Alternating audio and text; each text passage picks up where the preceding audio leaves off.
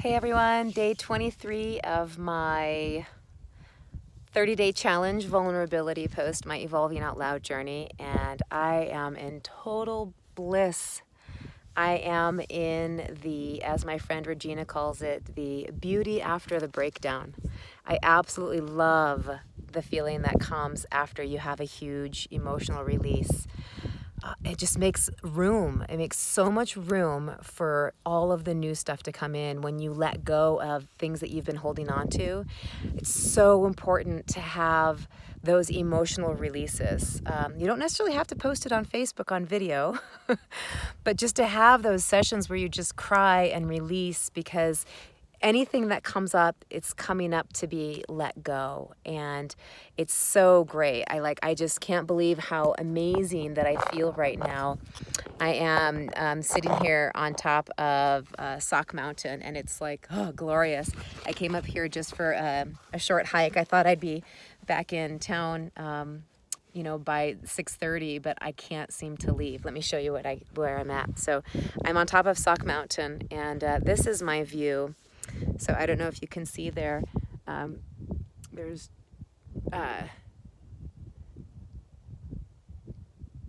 Glacier Peak. I even got to see Mount Rainier. This is my 360-degree view. This is where I live.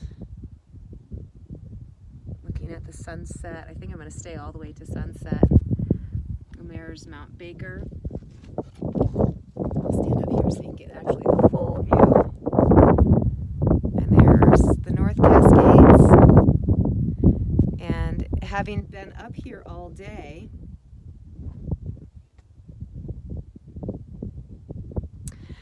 I have watched the light change. I have watched, I've met a lot of people that have come and gone. I just came up here with my journal and my lunch, and I'm glad I have my scarf because it's getting chilly, and I didn't bring a jacket because I didn't expect to be up here all night. But like I said, I can't seem to leave.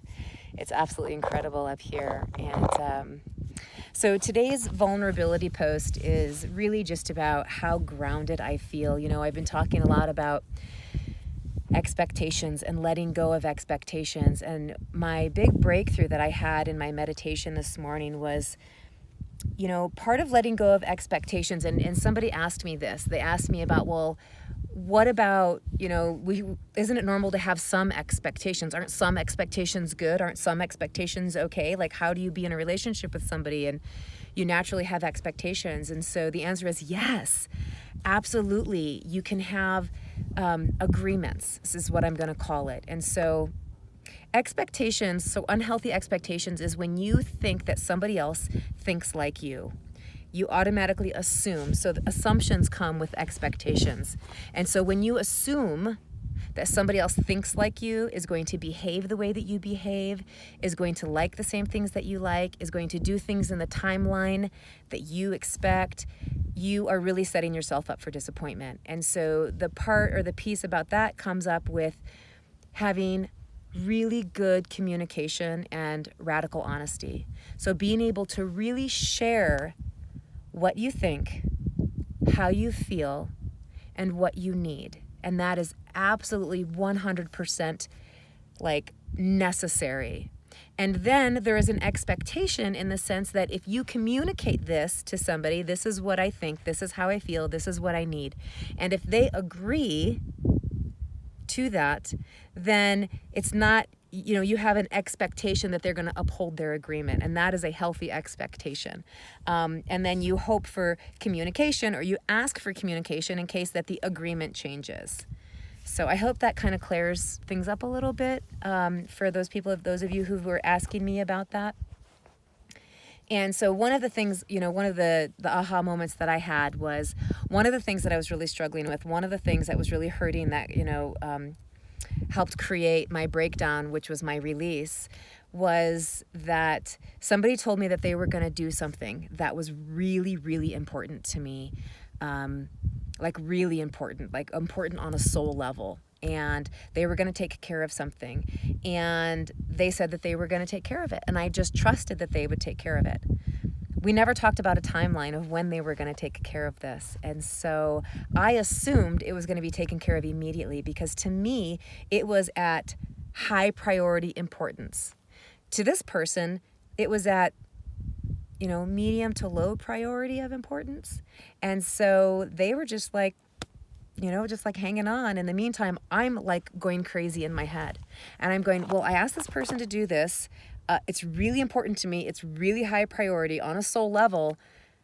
They're not doing it. They're not doing it. They're not doing it. They said they were going to do it. They're not going to do it. And so I started to kind of freak myself out, and I started to get really upset with, well, I have an expectation that they said that they were going to do it, and they're going to do it. And the thing that I realized is we never talked about a timeline. The other person didn't fully understand the importance of it, of how important it was to me, because they're not in my head. They don't know what I think and what I feel. And so I learned that I needed to do a better job of communicating that. And so, that's where I'm at now, is really working on my communication skills. I'm really practicing radical honesty. If you want to know about radical honesty, check out Kim Anami. Absolutely amazing woman. She is is she a sex therapist? She wrote the book, I actually can't remember. She does vaginal kung fu is sort of her work. And anyway, I've heard her interviews on the Daniel Vitalis show, and I absolutely love her. But if you check her out, Kim Anami, she's the one that first introduced me to the concept of radical honesty, and specifically in, relationships and with sexual partners, and learning how to communicate your wants, needs, desires, from a heart level. And so I'm practicing radical honesty in all areas of my life, and I'm practicing honest, vulnerable communication as well. And so that's my big work right now, and just letting go of what other people think about me.